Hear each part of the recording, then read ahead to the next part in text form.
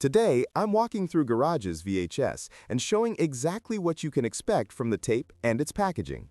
You will find a link to purchase this and other models at a discount in the description below the video. You can place your order right now. I would normally cut in shots of the case and the tape in hand, but this time you'll see a screencast so we can focus on specs, playback behavior, and what matters if you plan to watch or digitize it.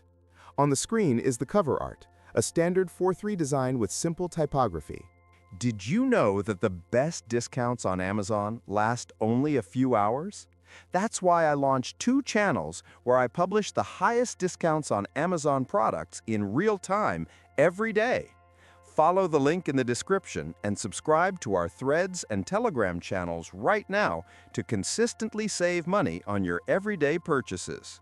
The case is a typical clamshell with light scuffing and no broken hinges in the copy I tested. The spine print is readable and the top seam looks intact, which helps the case close tight. The tape shell itself uses clear leader and the hubs turn smoothly. No visible mold on the edges or under the window, which is important for older cassettes. If you get a copy with white specks or a dusty smell, pause and clean before playback to avoid clogging heads. Let's talk format. This title records and plays back in 4:3 at standard definition. Expect analog softness, some grain, and occasional chroma noise, especially in flat areas like walls or sky.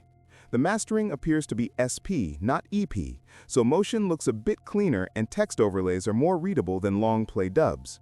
When I jog through the first minutes, I see minor horizontal jitter on hard edges, the usual time-based wiggle you'll notice on older masters without frame sync. Audio is serviceable. If your deck supports hi-fi, you'll probably hear fuller sound with less hiss. On linear mono tracks, there's more noise and a narrow image. Speech remains intelligible, but sudden peaks can distort if your tracking is off. I recommend setting your VCR output to fixed line level and letting your capture interface handle gain if you plan to archive it. Tracking matters a lot here. On a 4-head Panasonic deck, auto tracking locks quickly, but I still see light snow at the top border during fast motion. Manual nudge clears most of it. If your picture tears or the bottom edge curls, tap the tracking button slowly and give the deck a few seconds to stabilize.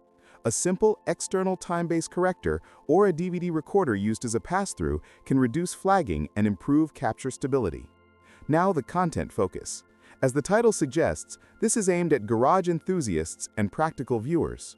You'll see segments that cover layout ideas, shelving basics, safe tool storage, lighting tips, floor care, and general organization. The pacing is straightforward, with presenter voiceover and cutaway shots to example spaces. Nothing fancy, but if you need simple, visual guidance without modern fast cuts, this works.